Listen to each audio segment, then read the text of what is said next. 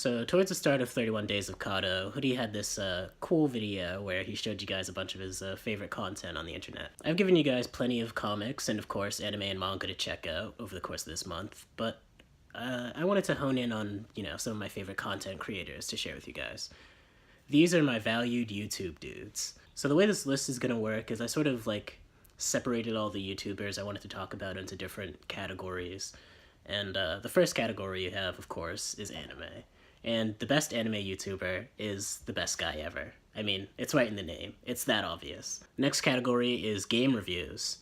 This one I had to give to my boy Zero Punctuation. I've talked about him a couple times over the course of this month, but the reason that I have been harping on him so much recently is that his back catalog of actual work is really impressive.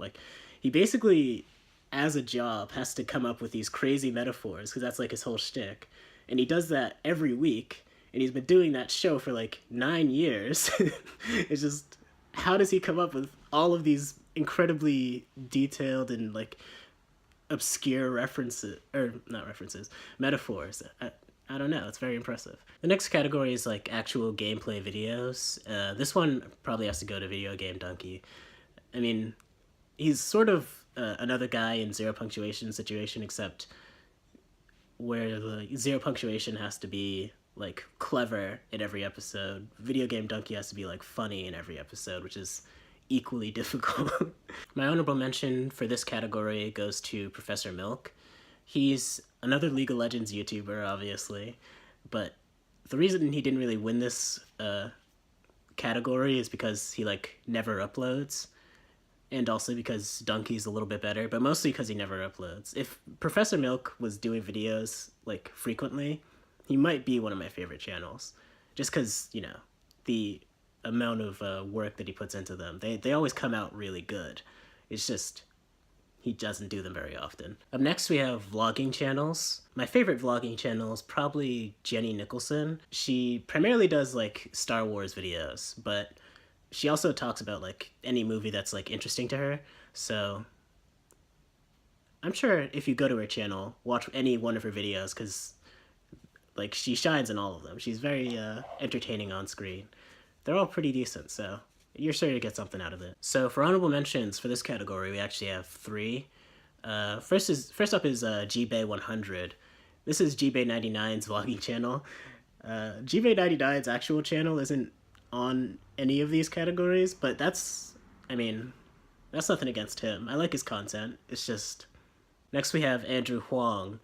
This is more of a music-oriented channel. It's very interesting. He talks... I'm not much of a music guy, but I watch because Andrew Huang is an entertaining personality. His video editing is comedic. He's just an overall fun guy to watch. And last but not least, we have Michael Cthulhu. He's a very, I'd say, niche channel.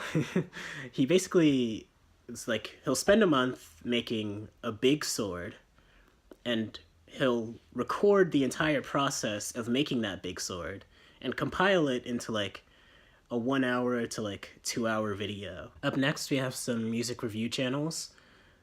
I really only watch 2. I'd say the one I prefer of the 2 has to be Todd in the Shadows, because he's I think he's slightly better at the whole thing. Rap Critic, the honorable mention is Rap Critic. Rap Critic, he focuses on analyzing the lyrics and all of that stuff, but Todd in the Shadows, he focuses more on the actual musical side. Plus, Todd in the Shadows is more of he covers more broad topics than Rap Critic does, because Rap Critic obviously is focused on rap, if the name didn't give it away. Up next, we have educational channels. The most interesting educational channel has to be Kurzgesagt, which, if you guys haven't heard of them, definitely go check them out.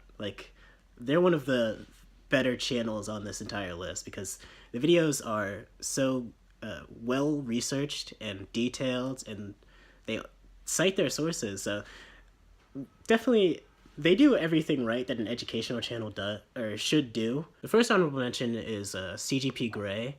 He also is as good of a channel as Kurzgesagt in pretty much every way, but the material of Kurzgesagt is more like science-based, whereas, CGP Grey, he's more interested in like the social studies. We also have Vsauce, which I'm sure, needs no introduction. Everyone knows who Vsauce is. Biggest meme channel besides like iDubbbz. And in the same vein, Vsauce 3. Not Vsauce 2 though. And Numberphile. Numberphile is like they basically just, it's not so much of an educational channel. It's more about entertainment, but it's all about math. So they're kind of thrown into the same category. Every video is just the guy who runs the channel talking to a professional mathematician about something interesting in the field of mathematics. So definitely interesting stuff for people who like math, like me, but I mean, who likes math, right? Next category is chess channels. So this category goes to Agadmator, who, frankly, I'm not sure if that's how you pronounce the channel name, but I'm just gonna go with it. The reason I give him the edge over the other channels mentioned here is that his videos focus more on like, well, I mean, obviously he does like chess analysis, like every chess channel on YouTube, but he also goes deeper into like stories surrounding the players or surrounding the specific game that he's going to cover in the video. So it can be like interesting to get that extra glimpse into the history of the game. Honorable mentions go to Chess24 and Chess.com. Both of them are like, websites. So it's, it's like WatchMojo or any other website with a YouTube channel where it's just a bunch of people making content, and some of them are good and some of them aren't. For Chess24 specifically, I watch Jan Gustafsson. For Chess.com, I just watch this Speed Chess Championship, which, everyone watches. Up next, we have Smash Brothers channels. Now, I wouldn't have even made this a category if it wasn't for the fact that GR Trash exists, because his work is so good. I would say, of probably all the channels mentioned in this video, GR Trash has the best videos. Okay, so he makes primarily Smash 4 content. He focuses around like the competitive players, the competitive scene in general. Like he'll basically make a montage out of the footage of any like major tournament, whichever tournament he's watching, I guess, and he like creates this narrative about these tournaments, and like he uses music very well. He's just all around very entertaining. It also like helps you keep up with this Smash competitive scene. So it's just a great channel. You should just be watching it. So other stuff to check out on YouTube. Not necessarily like channels that fit into any of these specific categories, but just overall fun little channels to check out. There's a channel called The Joker Blogs, which if you guys are interested in any of the stuff I've been saying about Batman, you probably saw The Dark Knight when it came out, or any time since then. And this channel sort of like the general conceit of the channel is that Heath Ledger's Joker is locked up in Arkham Asylum after the events of The Dark Knight, and it just sort of follows him, like follows what he's doing. And because he's Joker, he's always scheming. He's always fucking with people. And the actor actually does a pretty solid, like, Heath Ledger impersonation. Another comic book-oriented channel is The Imaginary Axis. Kind of difficult to describe what he's doing, except by comparing it to, like, game theory, because he basically, like, looks at stuff and analyzes it. It's really, really vague, because there's no, like, real thread between all of the videos that he's done, except that they're mostly comic book related.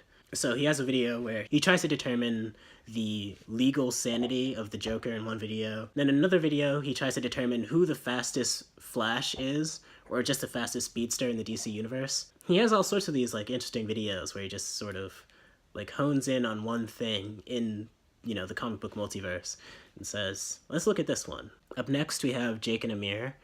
There's this playlist on YouTube that is called Every Jake and Amir Episode or something like that. And if you, find that playlist, you can obviously watch them all, which I recognize is a tall order because there's like, I want to say over 700 of those videos, because, you know, Jake and Amir, I probably should have started by introducing them. Jake and Amir are two comedians, used to work at College Humor back when it was actually good, and the series is sort of just about Jake being sort of like the object of obsession for Amir. And Amir is a lot of things. In a way, he's whatever Jake and Amir, like the actual comedians who are writing the show, want Amir to be. So imagine the Joker blog, but it's about two Jews in an office. Yeah, exactly. These guys are responsible for a lot of my comedic taste because I watched them so much like through my formative years that their sense of humor sort of like, you know, became my own. Last but not least, the thing I probably want you to check out the most would be Kato. I mean, definitely check out Kato if you haven't. They're pretty good. So, Bo Burnham, he's a comedian, musician, all sorts of, you know, entertaining stuff. And he actually released his Netflix special on his YouTube channel. So, you can watch, so pretty much anyone can watch it for free. And if you haven't seen it, I would recommend checking it out. It's, you know, mixture of comedy and music and comedic songs, but also like, you know, some occasionally genuinely thought-provoking material. That's sort of what, you know, Bo Burnham is known for. He's like, he'll make you laugh, but he's also very, you know, introspective. So these are my valued YouTube dudes. Yeah, see you guys tomorrow.